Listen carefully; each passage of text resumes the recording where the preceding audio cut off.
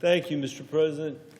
You never know what you're going to find these days when you're reflecting on the Trump administration and our oversight responsibilities as the Congress. And it is true that things have changed. And I think some people might call me old-fashioned for thinking about this, this way. But I think we were a lot better off when we had presidents who took it as a matter of course that they shouldn't use their office to enrich themselves, and that they should put behind them conflicts of interest that raise questions about whether or not they're serving their own interest or their family's interest and the interest of the people of the United States. And that's why Ronald Reagan put, I think, his wealth, which was considerable, into a blind trust. Jimmy Carter even, I think sold maybe his farm or put that in a trust.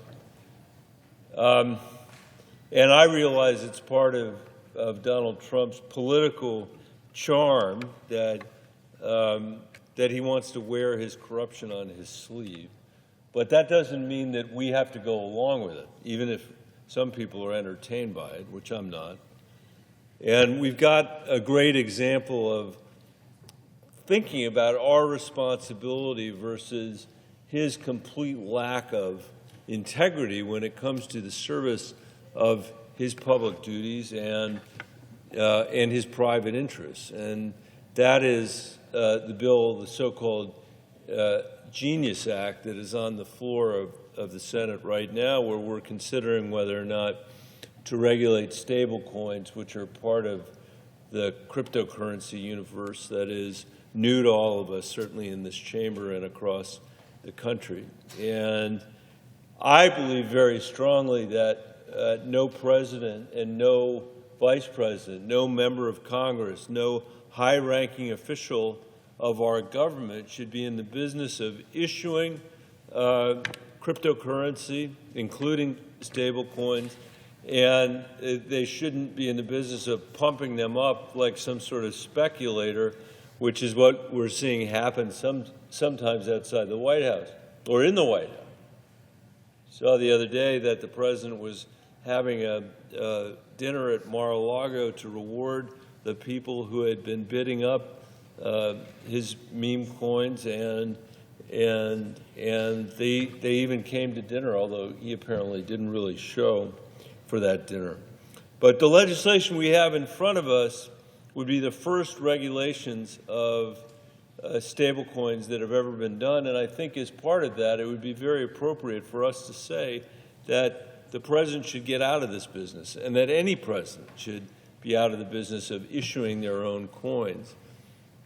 It's a weird part of the nature of this asset, this new digital asset, that it's very volatile. The meme coins, they rise and they fall as part of their price, and the stable coins are used as a way of transacting around that volatility. But the volatility every single day is still captured in this market, and it just seems like a crazy moment when we're living at a time when a president could influence his own net worth to the tune of billions of dollars just based on pumping up the value of digital currency that he has put out there in the world with his name, or that somebody else has put out there in the world with his name. And that's why yesterday I offered an amendment to the bill, to the Genius Act, that would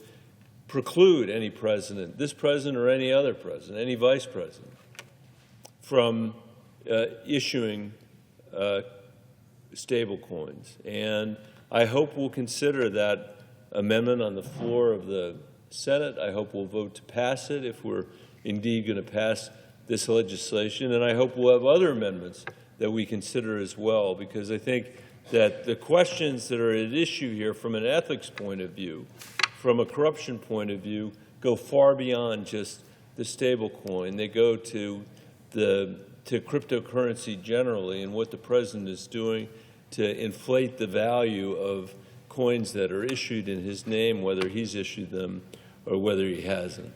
I look forward to the debate that we're going to have. I think this is an opportunity for us to say that we want to elevate the requirements that each one of us has agreed to live under as members of this body and people elected to act in the public interest. I believe the President and his Vice President should face the same standard and the same scrutiny.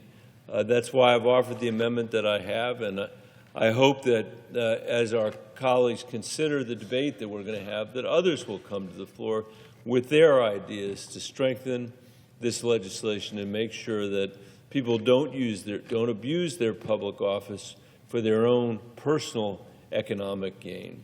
Thank you, Mr. President. I yield the floor, and I'd suggest the absence of a quorum.